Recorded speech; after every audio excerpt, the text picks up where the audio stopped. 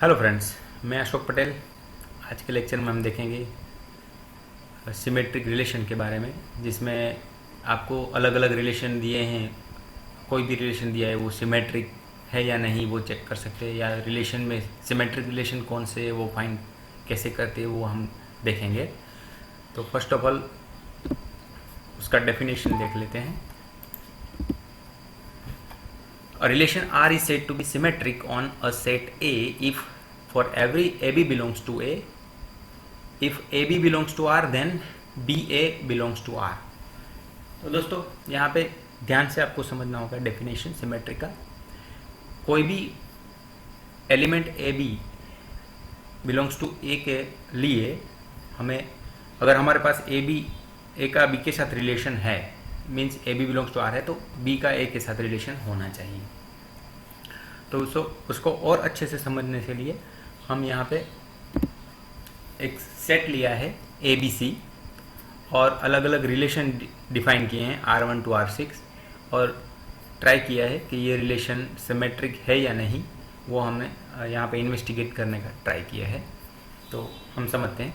तो for simplicity यहाँ पे मैंने A का उसी सेट A के साथ क्रॉस प्रोडक्ट की जो 9 पॉसिबिलिटी है वो मैंने दिखा दी है, और साथ में उसका मैट्रिक्स फॉर्म भी दिखा दिया है, जिसको आपको समझने में इजी हो।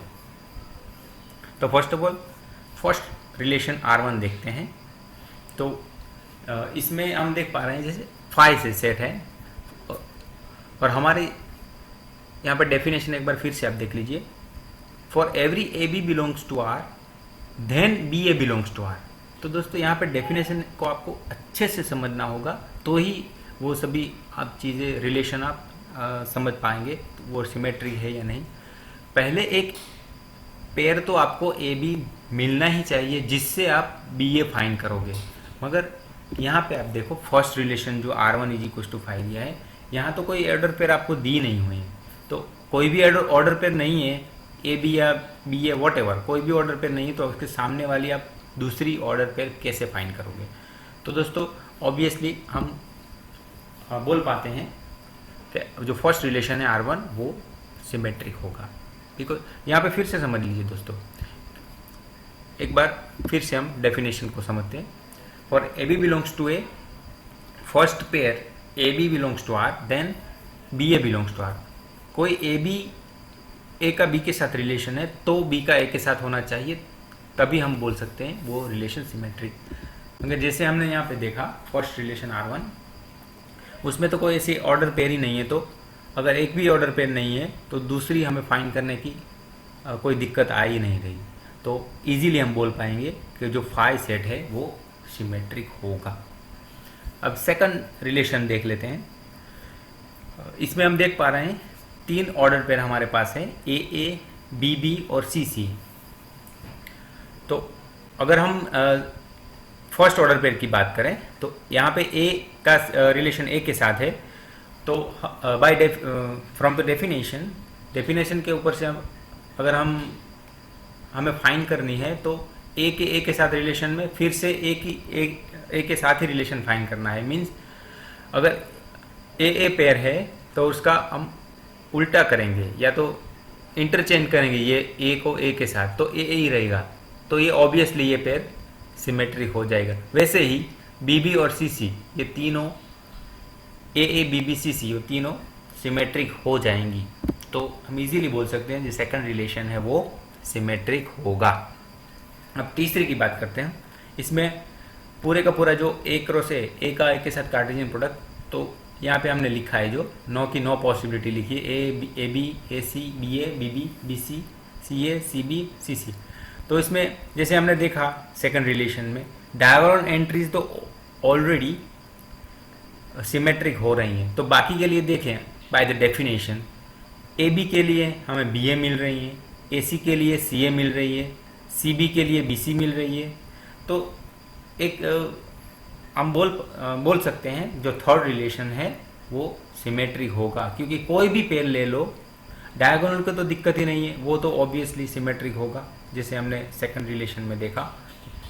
और बाकी जो भी पेयर हैं उसके लिए भी हमें सिमेट्री मिल रही है। BA के साथ AB और ऐसे सभी एलिमेंट्स के लिए हमें सिमेट्रिसिटी मिल रही है, तो हम इजीली कह सकते हैं कि थर्ड रिलेशन भी हमारा सिमेट्रिक है।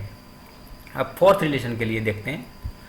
तो दोस्तों यहाँ पे ए बी पेयर है, उसके सामने बी ए पेयर अवेलेबल है, तो हम बेझिझक बोल पाते कि ए बी पेयर का बी ए है तो ये सिमेट्रिक होगा। मगर हाँ, बी बी और सी सी वो तो डायगोनल एंट्रीज है, तो ऑब्वियसली वो तो सिमेट्रिक हो गई होगी, जैसे हमने सेकंड रिलेशन में भी देखा।